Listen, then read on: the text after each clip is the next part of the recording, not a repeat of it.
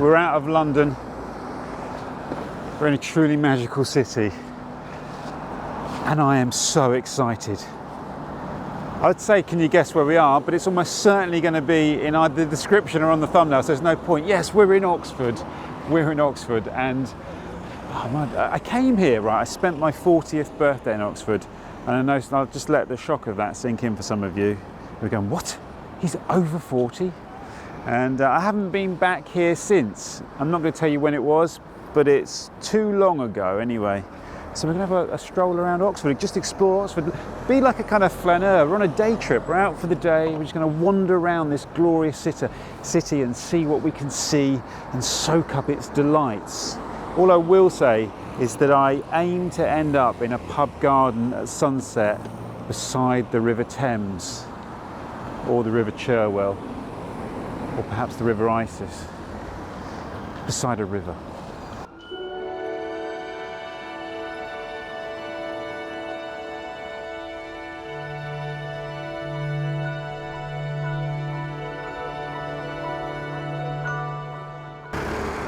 And here she is, the River Thames. Although in the Benaranovich Rivers of London books, the upper part of the River Thames is actually has a male deity, so I should say here he is, Old Father Thames. And see, compare this to the wide stretches of the Thames that we normally walk along the Thames estuary. And beside it is the Oxford Canal. I think this is where it either starts or ends. I should go and have a look. And here it is, the Oxford Canal. Seeing as it was used to ship coal from Coventry, I'd say this is the end of it, which is interesting. I've never seen a point like this on a canal before. It's quite an astonishing thing to witness. This would be a good walk one day, wouldn't it? We'll have to come back and walk the Oxford Canal, or well, not all the way to Coventry, but certainly a portion of it. And that hill you can see there is Castle Mound. My guess is that that's the motte from a Motte and Bailey Castle, a bit like the one we saw in Barnstaple. So I will correct it on the screen if that is not the case, but wow, it's quite a sight, eh? I think we're going to have to get used to saying wow to these beautiful old sandstone buildings. This is the Faculty of History at the University of Oxford. Lots of people have their Oxford, don't they? And I think they filmed quite a lot of the Harry Potter films around Oxford for obvious reasons, around the colleges, I guess. There must be plenty of Hogwarts scenes filmed around here. And I mean, for me actually, but it'll always be Brideshead Revisited. I love the novel, the Evelyn Waugh novel, and I remember when I was a kid watching the TV adaptation with Anthony Andrews and God, who was his name? And the other guy, he's a very famous actor. I must say I was a very young kid, and that kind of the romance of the kind of the dream inspires the kind of beauty of youth. But the book I've got with me actually in my bag at the moment is one my wife bought me years ago, and it's based on the Philip Pullman novels, and it's called Lyra's Oxford, and that's the only map I've got today to guide me. So I'll pull that out at some point later. What's your Oxford in the comments below? Because Oxford is more than just the university, isn't it? My dad was in the army here, so when I told him I was coming here, he went, "Oh, where are you going? Cowley?" That's when my dad did his basic training at Cowley Barracks. That's my dad's Oxford. So you can imagine what his nights out were like. And of course, the other obvious one is Inspector Morse and the spin-off show Lewis. Do love a bit of Lewis occasionally. Cornmarket Street.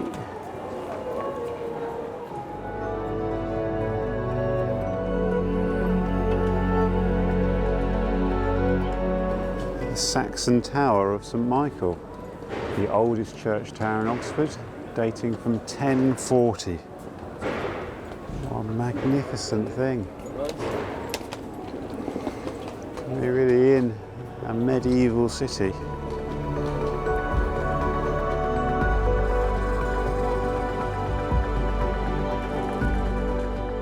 Well, this looks like a Tudor timber-framed building, which is now, I like the Hatters on the corner, I don't mind, but I mean really, pret-a-manger? I suppose why not? Going to move with the times. What a majestic building. biggest estate. Get your biggest. And of course, that's another Philip Pullman reference, Lyra Hatters. So, I'm not familiar with the books, to be honest with you. It's just my wife bought me that book because she thought I'd like it because of its beautiful map. There are so many temptations drawing you in different directions. Here we have St Giles Street, just off of Cornmarket. I want to carry on down Cornmarket. I want to go to Broad Street. We're going to visit some of the colleges, go to the Pit Rivers and the Ashmolean maybe. Sit by the river, go to College Meadow. Where else are we going to go? See if you can guess. Predict. It's almost a little bit overwhelming. Everything seems worth pointing my camera at. There's that thing, Stendhal syndrome. Have you heard of that? What tourists to Florence used to get when they were doing the grand tours. They'd be overwhelmed by the quantity of great art and beauty. I think Oxford could induce Stendhal syndrome. Even their branch of Pret-a-Manger.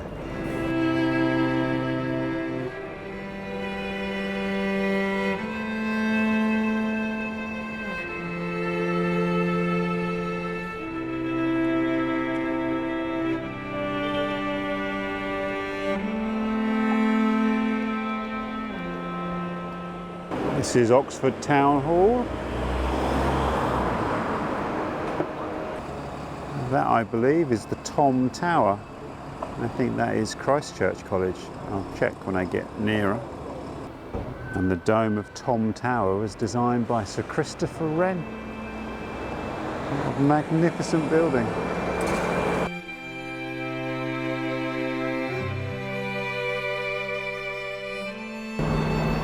This is Pembroke Street. Here we have Pembroke College, founded in 1624 by King James I. And it's whilst he was a fellow here that Tolkien wrote The Hobbit and the first 2 volumes of Lord of the Rings. For me, God, I mean, it's difficult to absorb the significance of this location. Imagine that. We'll try and go to the Eagle and Child later, where Tolkien used to drink with C.S. Lewis.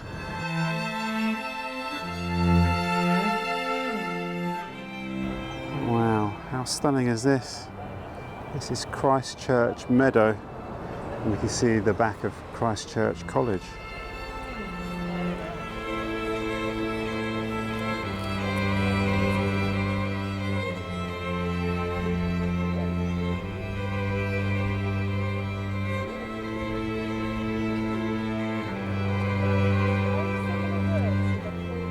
I mean, I've only been here an hour, no more really, and already, you know, you kind of don't need to look up all the kind of famous names associated with these colleges, because you know there's so many famous people that have created great works have been associated, or people that have written their own page in history, or a page written about them in history, are associated with these colleges. Of course, some of it's dubious, but I think there's something about these places, to experience it as a tourist, as a wanderer, as a flaneur, which kind of transcends all of that, actually, even transcends, apart from Tolkien, we'll do, you've got to revel in a bit of Tolkien, and I do want to go to the Eagle and Child, I think, even if we don't go in for a pint, we've got to visit that spot. The idea that Tolkien and C.S. Lewis used to sit and sort of read bits of their literature to each other in a pub over a pint, it's mind-boggling. If you could go to one table and sit in history, where would it be? Would it be that one? Maybe they were really boring, actually. Maybe I'm just inflating it in my mind.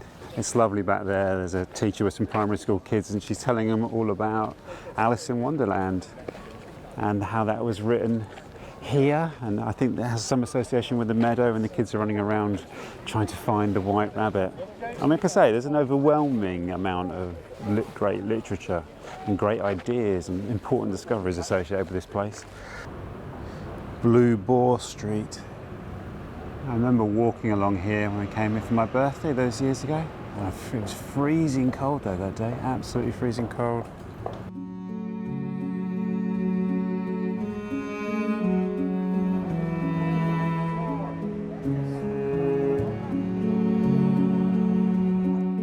And down this little alleyway here is the Chequers, which is one of the many, many historic pubs. This covered market was established in 1774, would you believe?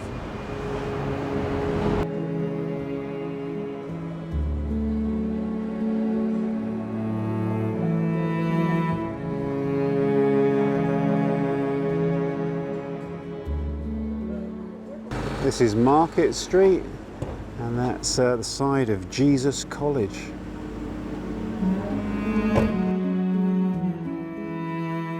So how do you pronounce this? Is it Brasenose College or Brassnose?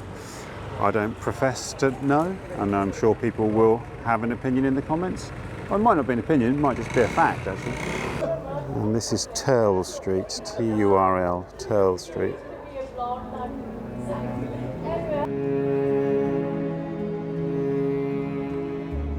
That's okay, carry on. Brassnose Lane. Wow. Ship Street.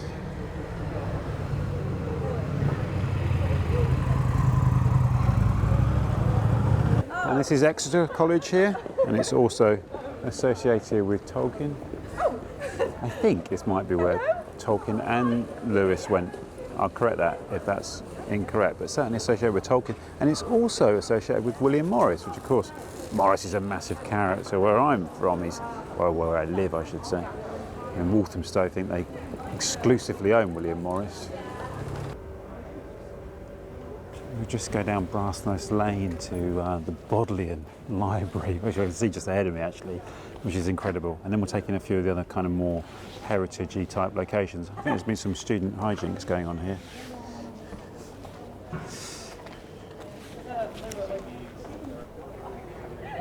So here we have the Radcliffe Camera, which is still a working library. And what a stunning building.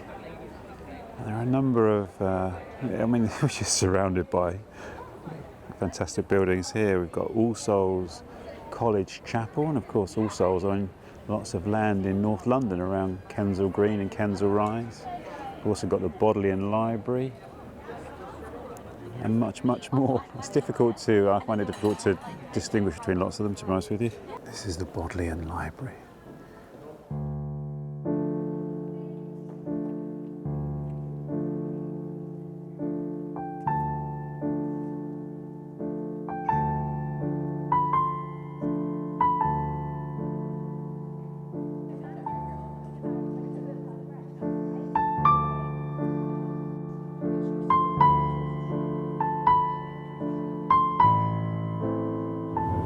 This is the Clarendon Quad. It's so beautiful in the light, isn't it?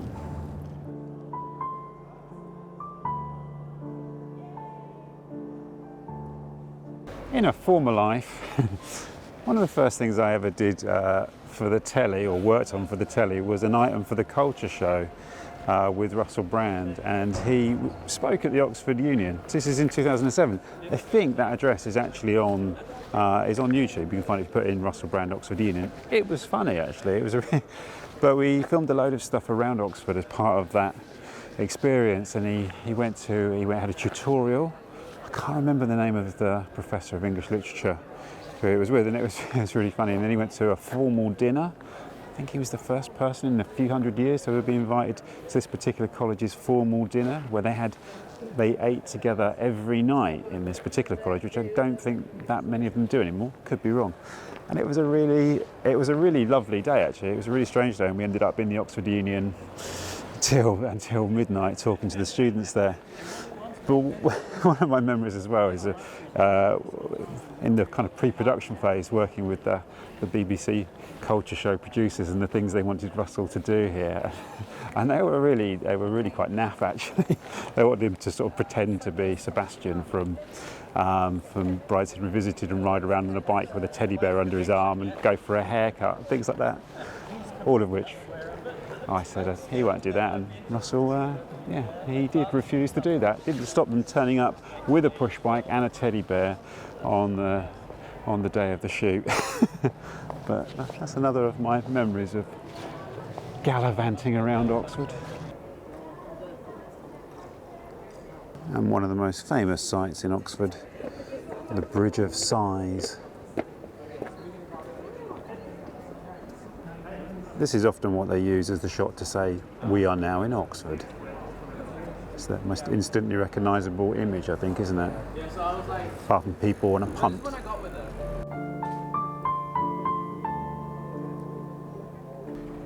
And And this is New College Lane. Now, aside from anything I will have put on the screen, and maybe I might have done a little bit of voiceover, I'm well aware that this walk around Oxford's been a little bit short on facts and figures and all that kind of thing. I've just seen a guy doing a guided tour back then. There's been a few, and I just didn't feel like doing that today. I just wanted to come for a wander around here and just absorb it all, really, the power of it. I feel like Oxford is one of those places where you don't really need to go, this building was built in 1547 and this is where blah blah. You know that. You know this place is layered in history and it's just ridiculously rich in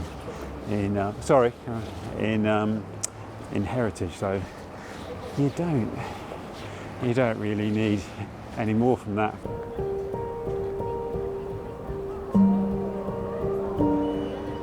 This is All Souls College.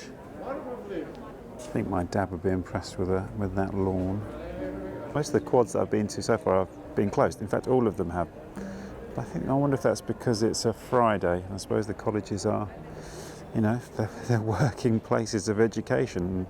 People live there in those buildings, so you can't just have hordes of tourists stomping through the place.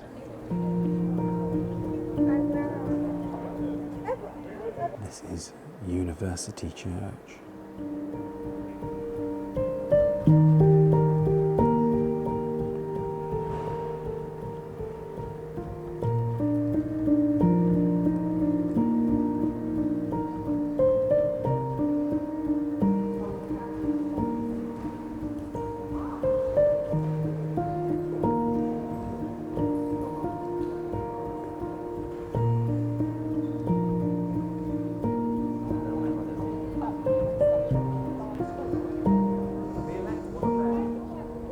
Holywell Street, and from memory I came across someone who was doing a project around the Holy Wells of Oxford. I think there are multiple Holy Wells. You can imagine with all the water here, all the rivers, with it come the springs and the worship.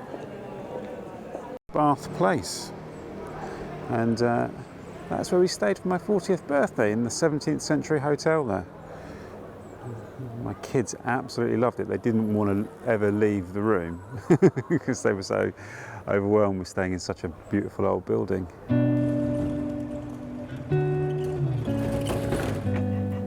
Mansfield Road. So I'd guess that must be where Mansfield College is, which is where my cousin went.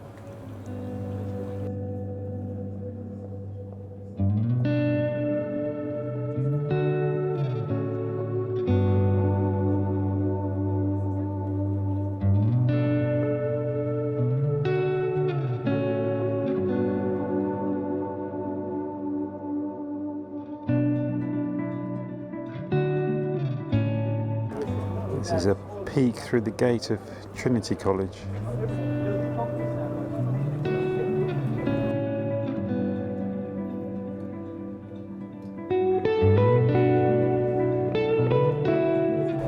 Can you spot the Anthony Gormley statue in this image here?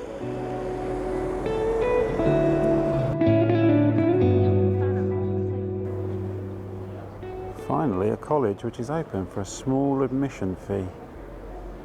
Just £3. Let's see if I can go in.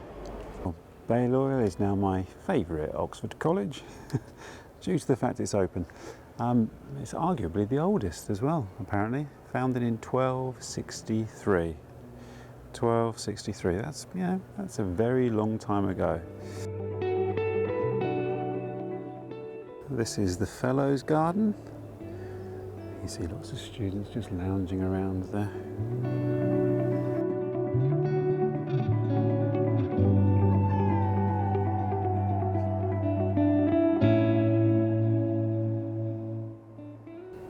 And this is the hall and the buttery, where you can get tea and cakes and such like.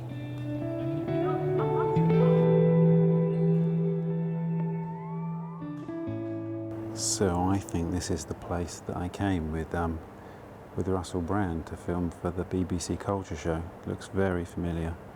And it was a really impressive sight when it was full up of people dining in the evening. It was great.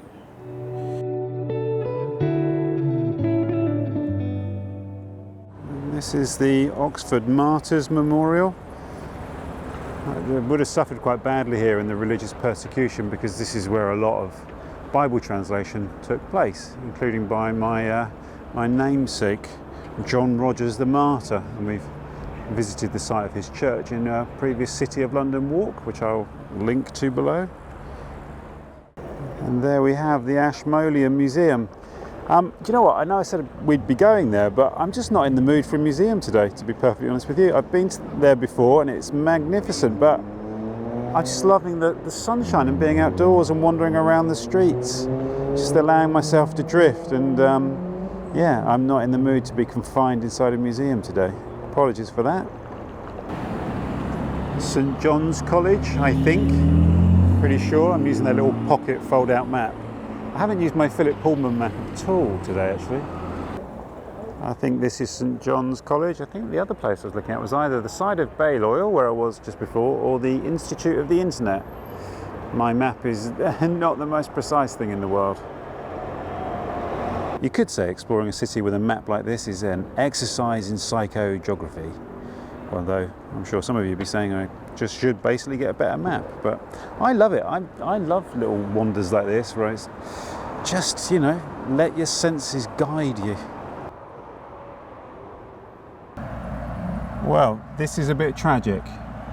The Eagle and Child is closed, although there is a licensing application there, so I very much doubt it's permanently closed, or I sincerely hope not. Surely it must be protected, such a historic pub. That's really disappointing. I was going to go in for a pint. I'll be honest with you, I'm gutted about that. I was really looking forward to trying to find the table where they used to sit. I don't know what to do. I'm a little bit flummoxed now, to be honest with you. I'm a little bit tired. I've been wandering around now for like 4 hours. I feel like finding somewhere to kind of sit down. I want to end this walk beside the river, in a pub garden by the river, if I can. A river, there's plenty of them. I should be able to find a pub by a river near Oxford city centre. So according to my little map, there's a passageway beside the Lamb and Flag there, which leads towards the Pitt Rivers Museum. I think we have to go there, right?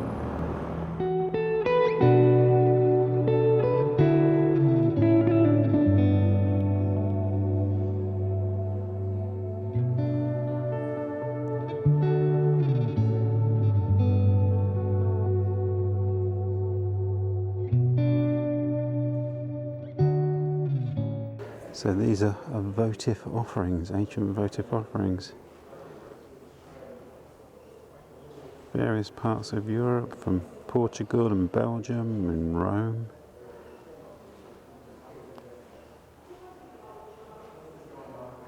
Well, that was an unexpected treat to visit there just before it closed, and a little poke around in the Pitt Rivers Museum, which is such an odd museum, such a peculiar place. It's just a real mishmash of things that were collected on his travels. I thought there might be more British archaeological stuff, because I know he did a number of excavations, including in Epping Forest, but I couldn't really see it.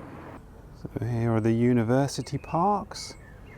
It's a really beautiful place to come for the last hour of light on a gorgeous day like today. I think I'll walk down to the River Cherwell, which I've never been to before.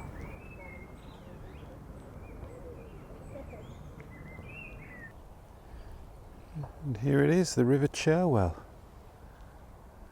What a beautiful river this is. And the perfect time of day to come down here.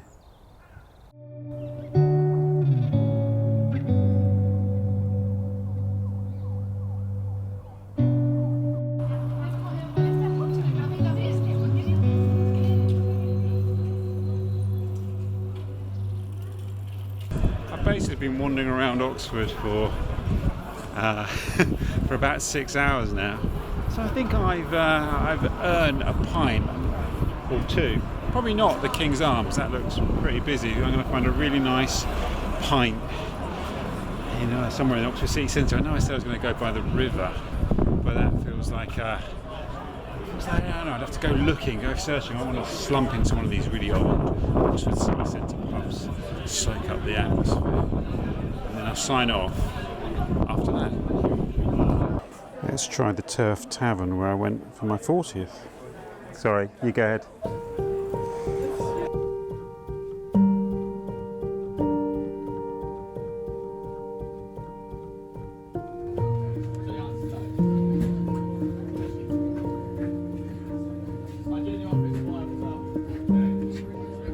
Well, that pint went down incredibly well. So well, in fact, I think I might find another old pub to have another one before I head back into London. I've heard the Bear is possibly the oldest pub in Oxford, and I might be wrong, but let's have a look, see if we can get in there.